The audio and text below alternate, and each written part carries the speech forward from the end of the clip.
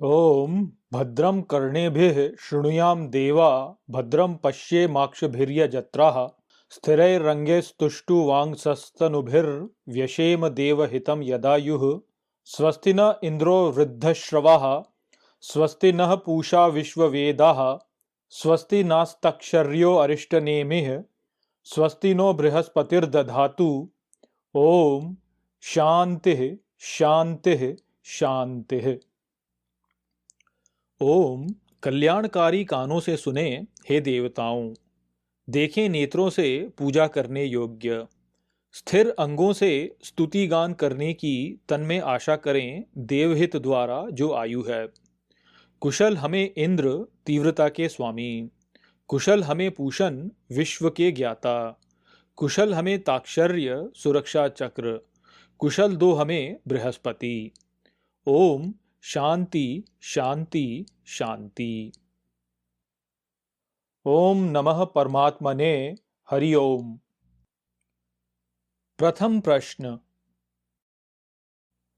पंचपादम पितरम द्वादशाकृतिम दिव आहुः परे अर्धे पुरीषिणम अथिमे अन्य उपरे विचक्षणम सप्तचक्रे षडराहुर अर्पितमिति। 5 पैरों वाले पिता की 12 आकृतियों को दिन में आहुति देते हैं, आधे जो भूमि में वास करने वाले हैं। अब अन्य निश्चित ही और ज्ञानी 7 चक्रों में 6 अरा की आहुति अर्पित करते हैं। ऐसे व्याख्या। यह प्रश्नोपनिषद का सबसे अस्पष्ट मंत्र है, जहां 5 पैरों वाले पिता की 12 आकृतियों का वर्णन है तथा 7 पहियों का वर्णन है जिनमें 6 अरा उपस्थित हैं। यहाँ पर अरा का अर्थ होता है जो हम कहते हैं पहिए में जो स्पोक्स होते हैं वो। पूरे प्रश्नोपनिषद में ये कहीं स्पष्ट नहीं किया गया है कि 5 पैरों वाला पिता कौन है और उसकी यह 12 आकृतियाँ क्या हैं। इसी प्रकार से कहीं भी यह स्पष्ट नहीं है कि यह 6 अरा क्या हैं और ये 7 पहिए क्या हैं। परंतु यदि हम ऋग्वेद के पहले मंडल के 164वें सूक्त पर ध्यान दें तो उसका 12वां मंत्र ठीक यही मंत्र है जो यहाँ पर प्रस्तुत है। वहाँ उस सूक्त में हम इस विषय से संबंधित अन्य मंत्रों को भी देख सकते हैं, जिसके द्वारा हमें कुछ ज्ञान होता है कि यहाँ पर ये सभी जो प्रतीक हैं ये क्या है। प्रायः यहाँ 5 पैरों वाले पिता को सूर्य कहा जाता है और 12 आकृतियों को महीना कहा जाता है। यह व्याख्या एक स्तर तक ठीक है, किंतु वास्तव में हमें कुछ विशेष बताती नहीं है। यहाँ प्रस्तुत विचार बहुत गहरा है, इसलिए इसे ध्यान से समझिए। यदि इसको समझ लेंगे तो आगे के विचार भी समझ पाएंगे, अन्यथा आप ऊपरी प्रतीकों में ही फंसकर रह जाएंगे।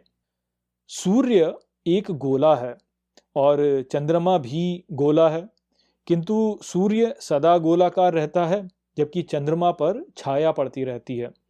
और इसका जो ये गोल स्वरूप है चंद्रमा का, वह केवल 12 पूर्णिमाओं पर पूर्णतः प्रकाशित होता है या 12 अमावस्याओं पर पूर्णतः वह विलीन हो जाता है। इस प्रकार हम देख सकते हैं कि 12 आकृतियां यहाँ एक वर्ष में चंद्रमा के 12 बार पूर्ण रूप से गोलाकार प्रकट होकर विलीन होने का चक्र है। ध्यान दीजिए कि संस्कृत में आकृति शब्द का अर्थ उपस्थिति भी होता है। अब जबकि हम 12 आकृतियों को समझ गए हैं तो आइए अब 5 पैरों वाले पिता को समझते हैं। यदि आप मानव शरीर को गोलाकार चक्र रूप में सीमित करना चाहें तो आप देखेंगे कि नाभि उसकी धुरी होगी और उसके 5 अरा होंगे, अर्थात तो उस पहिए में 5 स्पोक्स होंगे जो कि नाभि से बाहर की ओर आ रहे होंगे। ये 5 अरा हैं 2 पैर, 2 हाथ और 1 सर।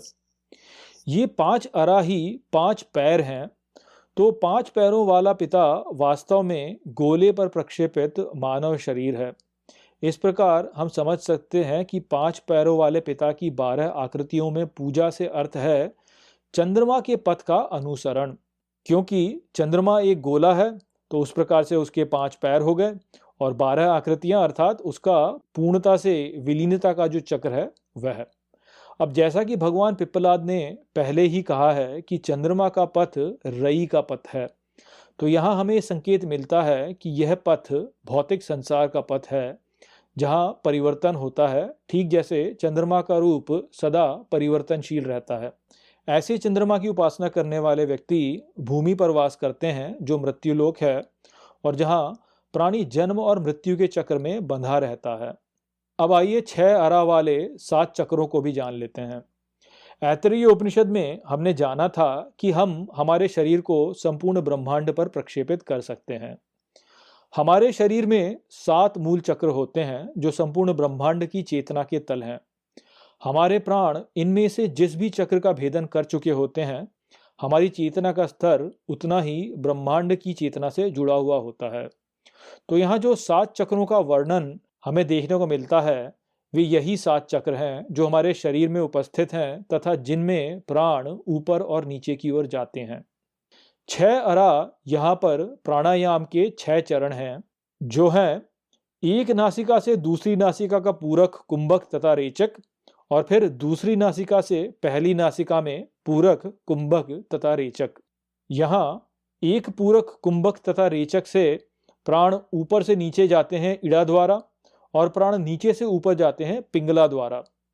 दूसरे पूरक, कुंभक तथा रेचक में प्राण ऊपर से नीचे जाते हैं पिंगला द्वारा, और प्राण नीचे से ऊपर जाते हैं इड़ा द्वारा।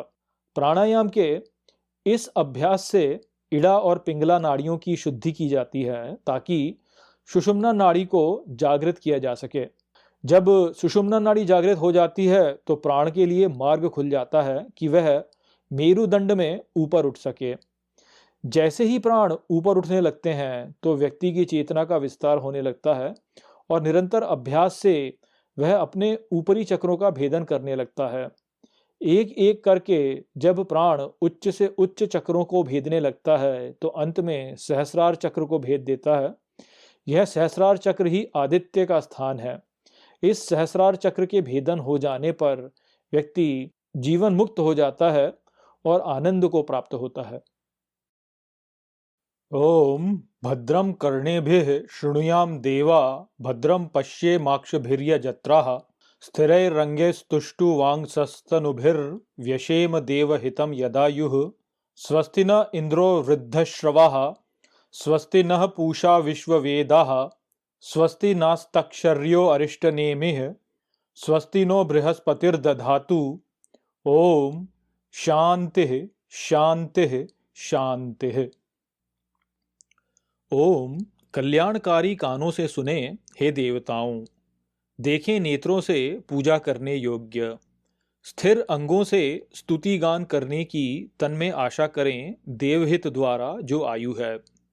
कुशल हमें इंद्र तीव्रता के स्वामी, कुशल हमें पूषण विश्व के ज्ञाता, कुशल हमें ताक्षर्य सुरक्षा चक्र, कुशल दो हमें बृहस्पति।